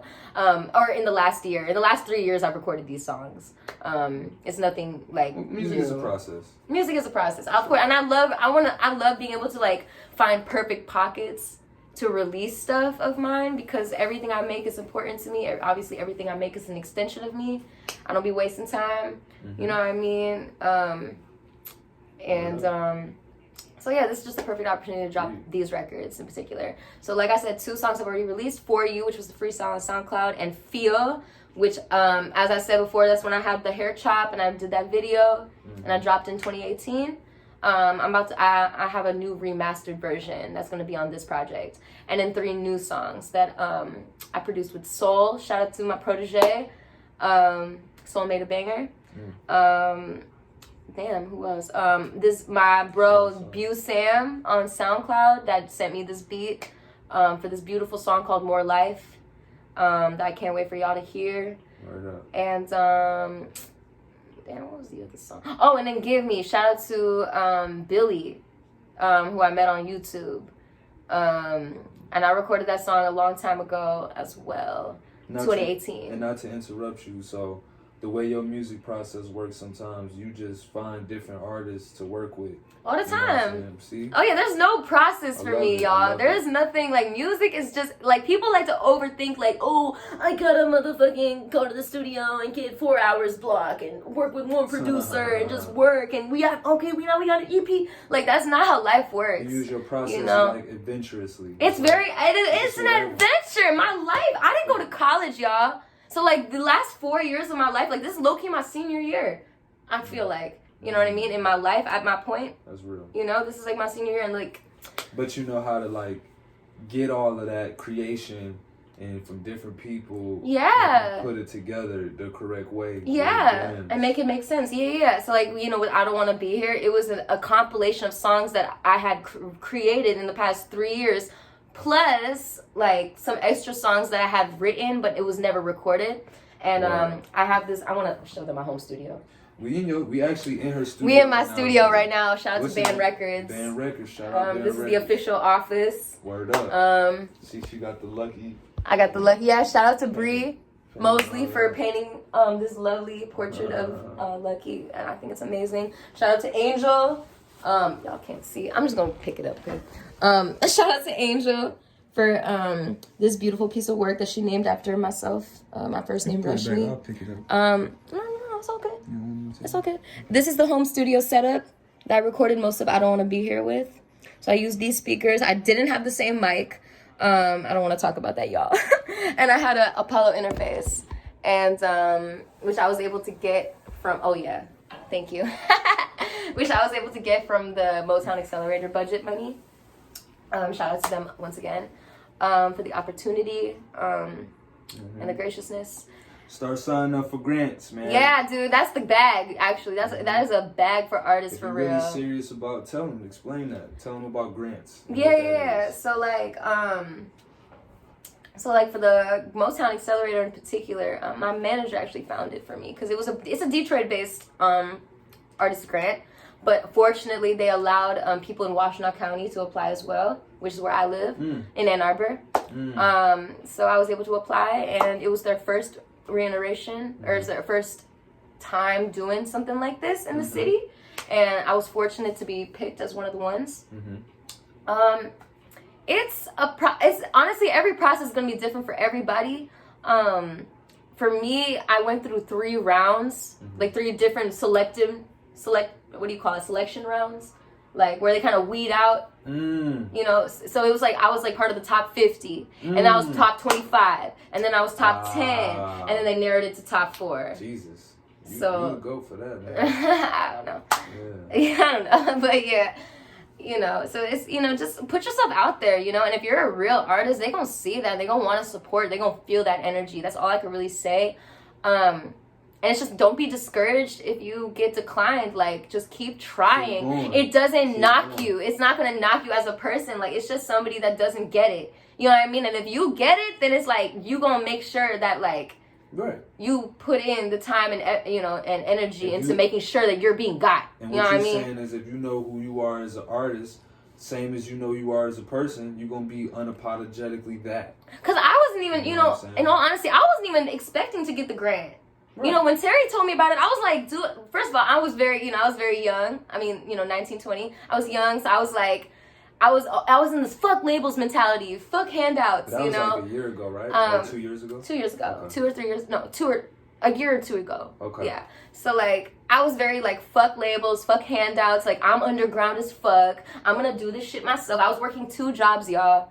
Like, Respect. and I just was like, my mentality was like, if I'm gonna get this music shit, I'm gonna do it the right way. Like, I'm not gonna do it through somebody, like, blowing me up and knowing a guy and knowing a guy. You're not looking for handouts. No, I'm not looking for that industry in. I don't fuck the industry. I don't give a fuck about the industry, in all honesty. Like, I don't. Like, because I think the problem with the industry is that they see what's popular, and then they try and, like, stretch it out for as long as possible. Like, and it makes people, like, numb to the feeling. Like, it's just like people are just used to what they're hearing, and they think that that's what's popular. But it's like, what's popular is really what's underground. Like, what's underground, what people are actually listening to, is what people are gravitating towards. It's not the things that are being played on the radio. It's not the things that you're seeing on YouTube recommended. It's not any of that shit. It's what real people are listening to on their day-to-day and what they are feeling. You gotta build your own market. That's right, and I've always been an advocate for that. Especially if you got a different sound. Oh yeah. It's already inevitable.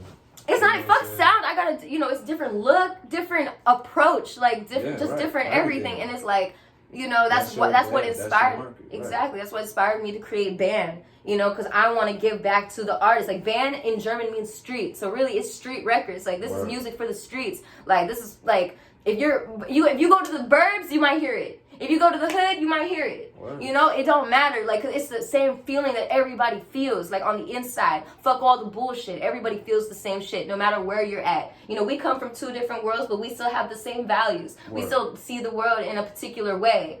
Just because we're artists. We know what's real. You know what I mean? Agreed. Absolutely. So it's like, to me, I kind of got passionate there, y'all. But to me, it's all about cultivating your own sauce. You know what I mean? And it's like, and believing in that. And when you believe in yourself, when you start believing in yourself, that is a light that people will not be able to look away from. It's just like, even if you're, even if you're not good, if you believe in it, people are looking, because it's like, oh, you really like believe in what you're doing. Like, I can't help but look at that. You know what I mean? I can't help but look at that.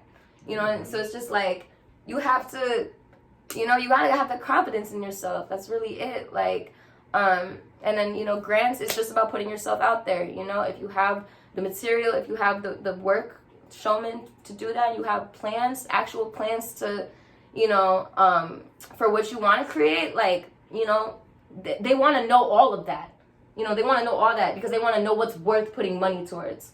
You know what I mean? That's what these that's the grant game. That is the grant game. It's not that they want to, they have favorites. They want to see what's worth their time, what's worth their money, and if something will come out of it. You know what I mean? I'm sure the Motown Accelerator upset with me right now because I'm one of the only artists that didn't get a boost in followers, didn't get a boost in streaming, after being in the program, unlike my other colleagues. Shout out to Charity and Asante and Caleb. Well, it comes with trial and error. It comes, You got to learn the business side, and that's one thing I would say. I want to ask you, how do you feel about business as far as artists?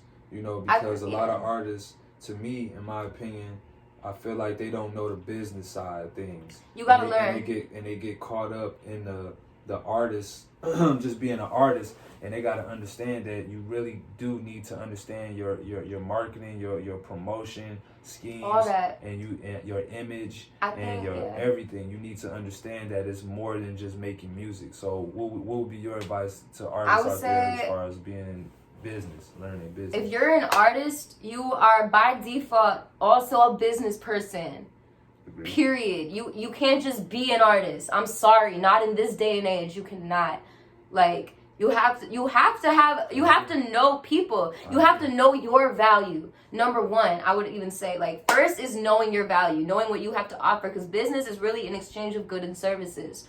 So it's like, if you got the goods, you know what I'm saying? You got to know how exactly, you know, you got to know how to get to deliver it. Because, you know, as artists, we have the medicine, you know, to change how people feel day to day, you know, and that is, it's like selling drugs. I hate to say it, but like, really. You say whatever you want to. Yeah, no. You know, and shout out to my drug dealers, you know what I mean? But no, really, you gotta know supply and demand, you know. The demand is the vibes. Because at the end of the day, drug dealing is a business. That's right. That is their business. People like Al Capone and, you know, Scarface, people was inspired by that because they, you know, they sacrificing their lives, but it's really a business. No, it's no different. We sacrificing our lives to speak our truth. Exactly. Because who knows? Because we could be. Yes, that's right. And it's like you have to know. It's like there's no brainer. Like you just have to be smart. Like you have to know your value, and it's like you have to understand the global market. You have to see things from a global perspective. Like you have to know, like you know. Yeah. Like perspective is extremely important. Yeah, and like just expanding it. Like it's not just like, you know, getting on in Detroit. It's not just getting on and going to LA and being on in LA. It's not, it's so much bigger than that. It's not about just leaving Detroit, going to Atlanta and then being accepted in Atlanta and that's the world that you in.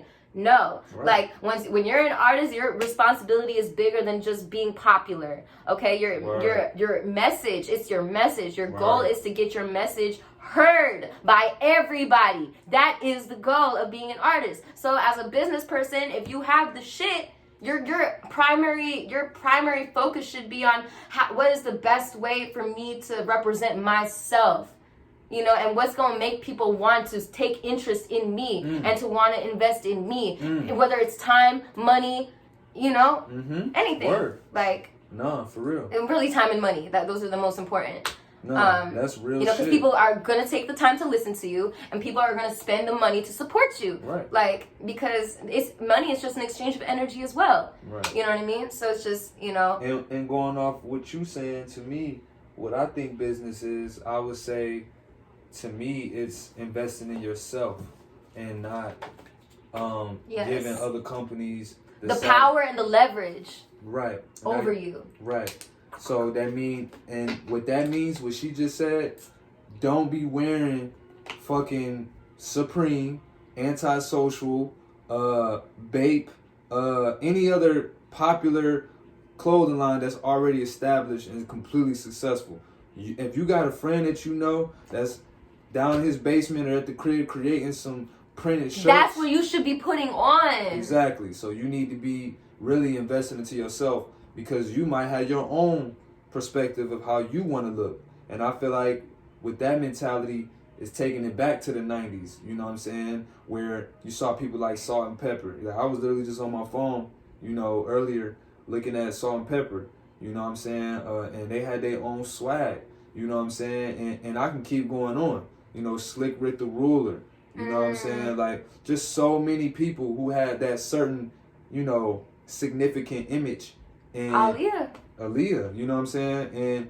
But you need to invest in your own, you know, style. And if you got the creativity to create your own clothing, then you need to definitely push that instead of wearing, you know, because how are you going to expect other people to invest in your image if you're not willing to invest in yourself? There you go. You can't, like, that to me, like, artists need to get that through their brain, like, because, you know, you can't just keep waiting for opportunities, y'all, like, because sure, they're going to come, but it's like, sometimes you got to create the opportunities to open the doors to get opportunities. You know what I mean? To have opportunities come your way. And with that being said, you know, when Real Ones come out, my music video, I will be premiering, you know, custom pieces of myself as well. You know what I'm saying? So that's, you know, that's the direction. I'm rocking a custom piece right now from his cousin. Shout out to Chris Bailey. Shout out Chris Bailey. You know this what I'm is saying? his exclusive t-shirt dress. Exactly. You know what I mean? Exactly. So you get up and turn around. No, I'm good. You know, you got a little something. But yeah, so with that being said, a lot of us need to start getting in that mentality as well. So we can shout out to Trap too for the socks. Oh yeah, shout out Trap, man. Shout out Trap with the socks. With the pockets. Show the pockets, man. He got the his logo. This is logo right here. and then you got the pockets. I don't want to touch your shit. No, touch it. Yeah, so you know what I'm saying. You got pockets you can put inside shit in there. Shit, you can put a gram in there, Put 2 grams, a an little eighth. Nick bag or something. You know what I'm saying. I'll zip it back. Yeah, please. So yeah, you know, people need to be more intuitive of their own image and creativity as far as you know, promoting yourself and not always giving in to the hype. To me, I would say never give in to the hype. And like I said, if you know somebody with a clothing line or yourself, you need to start being more tapped in and creative. Because to me, I feel like that's no different than what people like Michael Jackson or Prince was doing. And you know what? That creation is going. That creative energy is gonna spill into how you do your business. Exactly. Like, because for me, like, so for example, last year I had a situation where my Instagram got deleted. My original It's MYNA Instagram that I built for the last 3 years, and I had like 2,000 followers or whatever. So I was like, you know what? I gotta start fresh. I gotta make a new page. And like, how am I gonna recoup, or how am I, or what do I say? Like, how am I gonna regain that following and that influence again? Okay. Well, revamp or regain or whatever, like reacclimate. You know what I mean? And it's like, so I started raw. I just started fresh. All I did was just post pics about my album, which I was currently promoting at the time. You know what I mean? I followed everybody that I knew, that know me. You know what I mean? And it's just like, I promoted their stuff, and it's like they already know who I am, and it's like all I'm doing is just expressing myself. I'm not trying to sell you. You're like, oh, this is MYNA, all perfect. This is raw. Like, clearly something happened, but I'm not, gonna talk about it. But it's like, this is me, like, giving you my product, simply. You know what I mean? This is, I don't want to be here. This is my video. This is like, these are photo shoots that have to do with the music. It all has, like, it's not just, me just like. We'll talk about your clothing. Yeah, so talk about your clothing line that you have as well. She Will Rise, right? She Will Rise, yeah. So it's basically shout out to Trapping Styles and his sister. Basically the whole line was inspired by her actually going through a rape, and not being able to tell her family about it. And Trap had to find out kind of like later from her.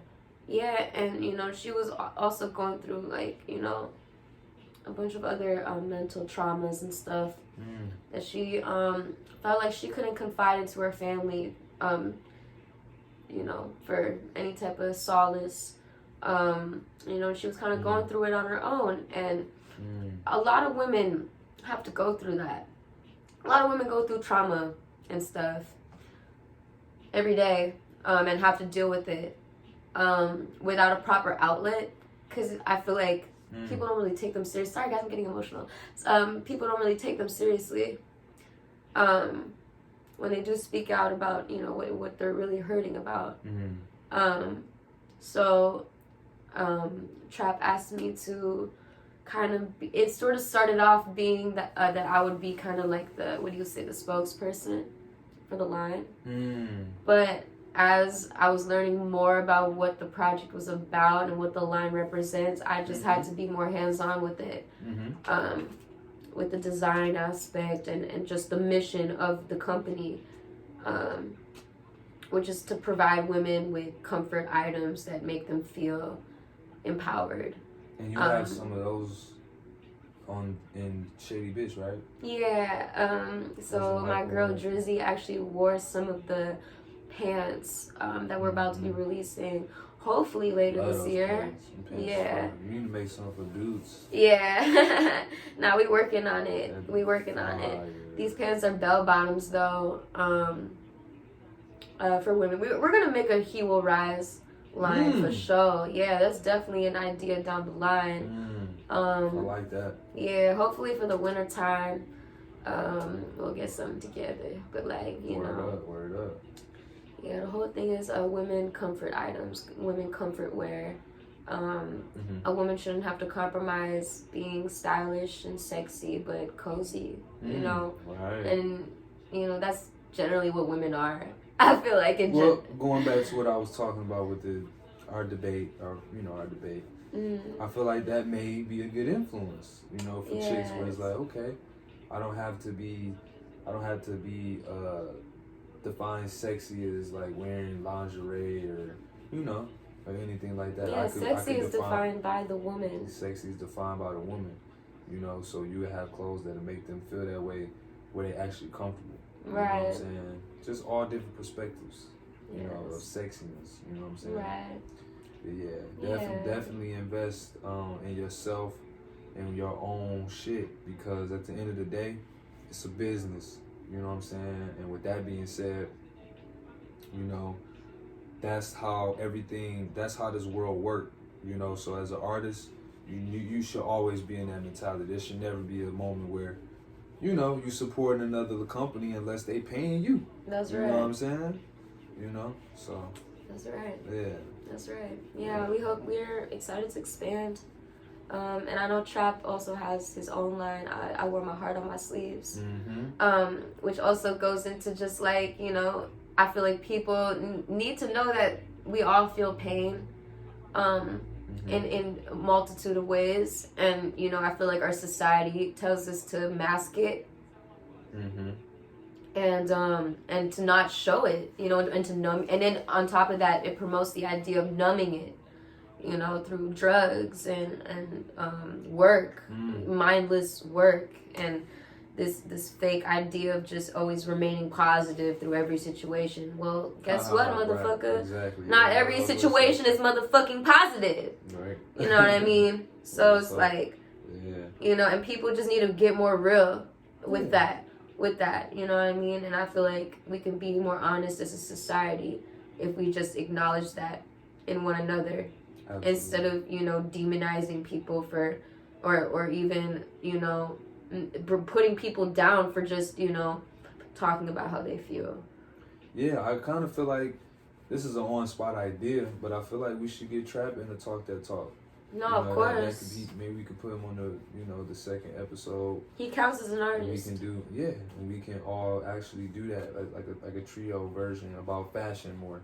We can get more about, we can start talking more about the fashion, because I have a clothing line as well, like I said, but fashion is actually really, a very, very strong passion of mine as well. So I would like to get more into that, further than just being an artist, a musician.